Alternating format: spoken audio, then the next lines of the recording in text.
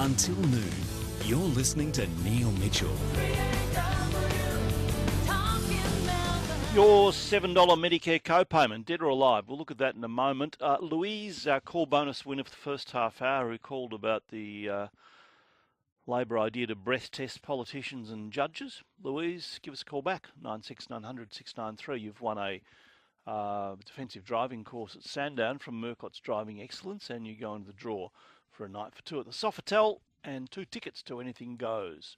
But give us a call back, 96900 693. We'll get back to calls in a moment, but a lot of attention, there's sort of division in the media today about whether the $7 co-payment's alive or dead. Herald Sun and The Age are saying it's gone, whereas the Financial Review and The Australian are a bit more nuanced, so it'll survive in some sort of form. The Health Minister and the federal pollies are out today sort of perhaps confusing it all a bit further.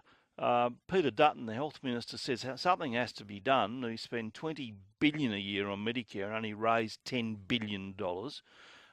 He was asked about the resistance in the Senate, whether he'd introduce it via regulation through his department and bypass the Senate. This is what he said.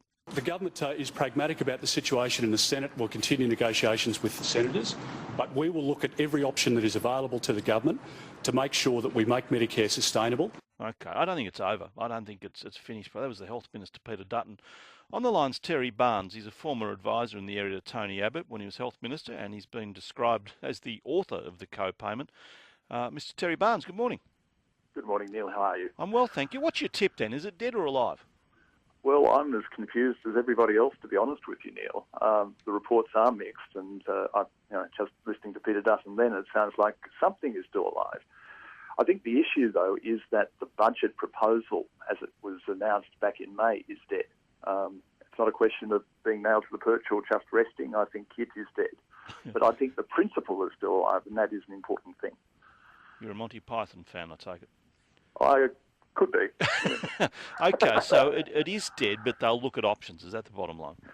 Well, I haven't got any inside mail on this from the government, but I think from what the Minister just said, as you replayed it, it's clear that they are looking at every possibility. But I would think that it would be very difficult to introduce something by regulation. In fact, I'm fairly certain that it would still need some sort of legislation amendment to go in front of the Senate anyway, and that even a regulation would be put on the table to be potentially disallowed by the Senate. So I don't think you're going to evade them one way or the other.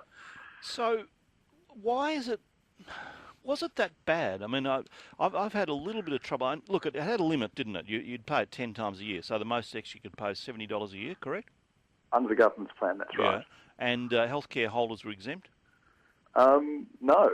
Basically, but they would be protected because GPs would have the ability to waive the co-payment in their case. So it was basically being left up to the doctor. But the safety net was designed particularly to protect concession holders, families with young kids, and people with chronic conditions. So that's actually a good thing. There's nothing wrong with that.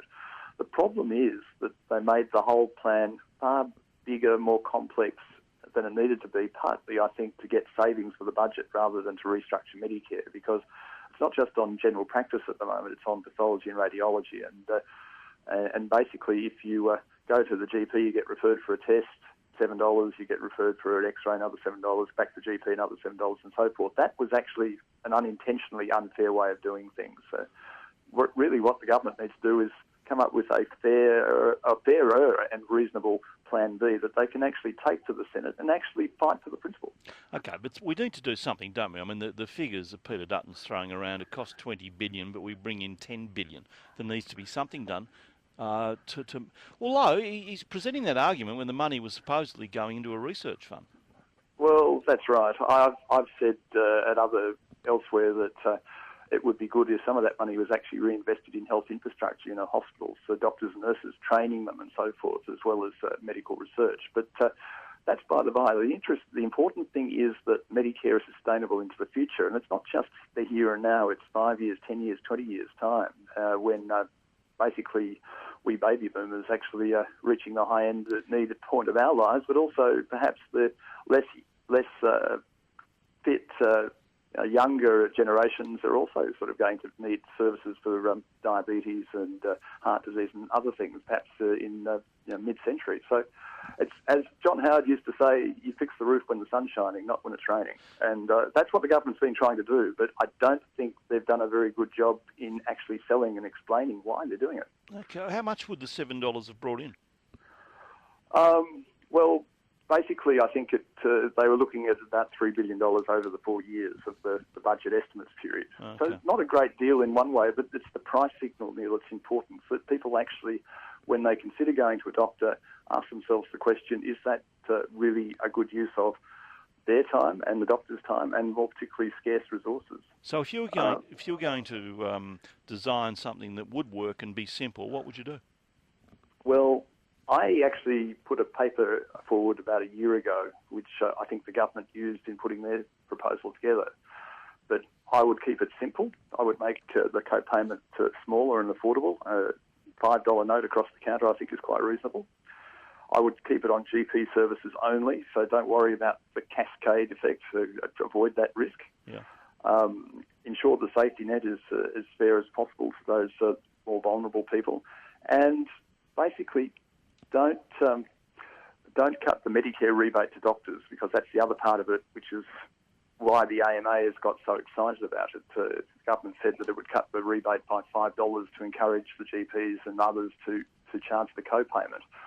I think basically that brought on a fight with the AMA that they just didn't need to have, because it became an issue about doctors' incomes. And when the specialist leaders of the AMA, who charge an arm and a leg when you go to the specialist, actually say that $7 is unreasonable, they're being, frankly, pious hypocrites.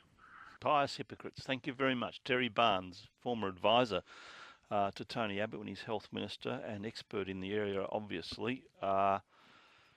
And pious hypocrites. I think the sort of scheme he's talking about might happen. So you have a co-payment of $5. It's on the GP only. The safety net is adequate for people who haven't got much money. So, after going after a certain number of visits, you don't have to pay it anymore. And don't put the onus on the doctors to cut their payment. It won't bring in as much, but it's a step in that direction. I think they're going to have to fiddle it. I don't think it was the disaster some people were selling it as, but still it was messy, and that is bad policy. Terry Barnes, who also in his first answer was referring to the $7 co-payment being dead. It's not nailed to the perch, and it's not resting, which is straight out of the Monty Python skit on the ex-parrot.